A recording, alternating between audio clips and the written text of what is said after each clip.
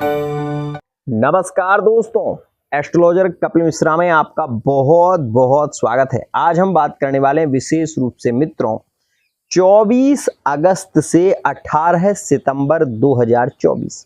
मित्रों आज हम बात करने वाले हैं, अगर आपकी कुंडली में शुक्र नीच का है तो आपके 100% ब्रेकअप चल रहे हैं और ब्रेकअप चलेंगे।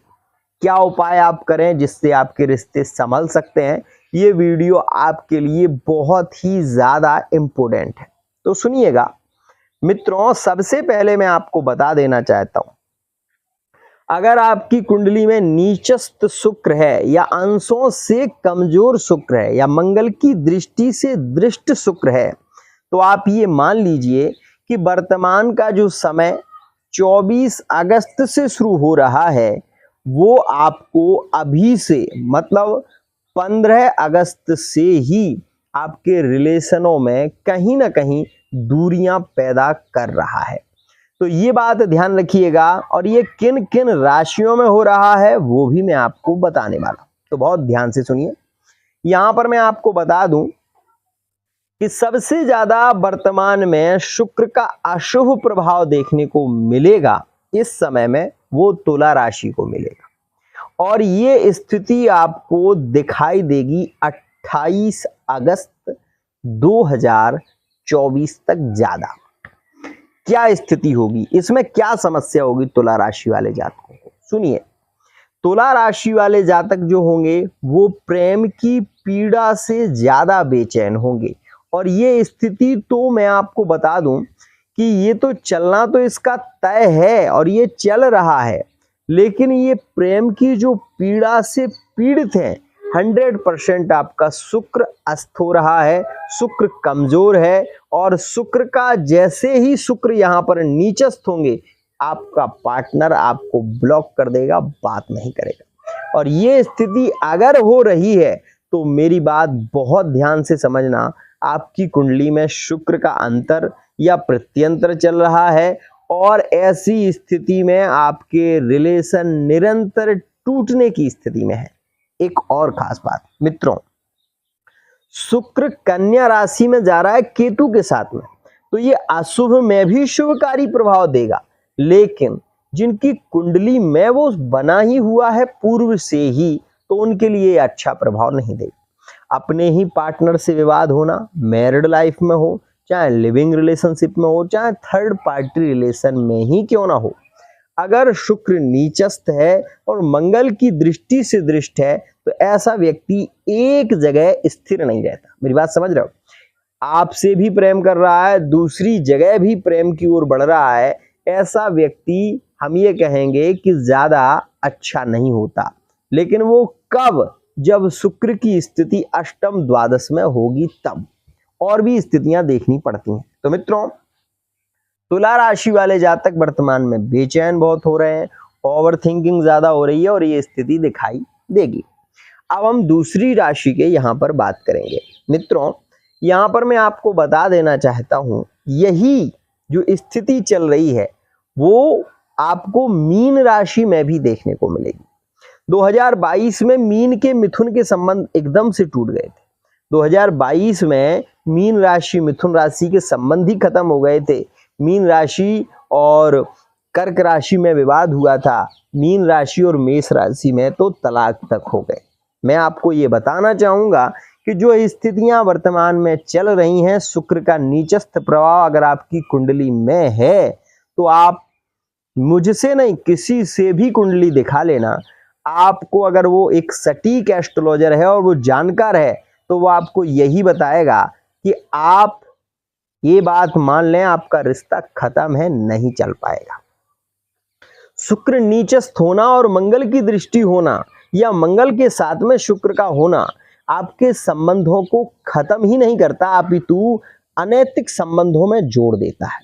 यहाँ पर एक राशि और भी देखी गई है जिसका नाम है वृषभ, और वृषभ राशि में भी ऐसा देखने को आपको मिल सकता है इस दौरान 24 से 18 के बीच में। क्यों? क्योंकि आप ये ध्यान देना कि शुक्र जब नीच के होंगे और अगर आपकी कुंडली में भी नीच के हैं तो ऐसी स्थिति में आपका पार्टनर हो सकता है दूसरे रिलेशन में जुड़ जाए या आप ही दूसरे रिलेशन में चले जाओ, ये कुछ कहा नहीं जा सकता। तो इस बात का ध्यान रखना।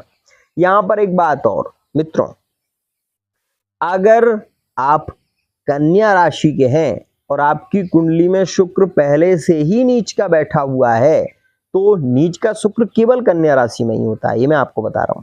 तो कन्या में अगर किसी की भी कुंडली में शुक्र बैठा हुआ है और वो त्रिक भाव में नहीं है, मतलब अगर वो केंद्र त्रिकोण में नहीं है, ना तो केंद्र में है ना त्रिकोण में है, तो 100% ब्रेकअप संभव है, रिश्ते खत्म होना संभव है, ये बात ध्यान देना। लेकिन ऐसा कोई मर्ज नहीं है, ऐसी कोई बीमारी नहीं है जिसकी दवा ना हो। समझ रहे हो मेरी बात को?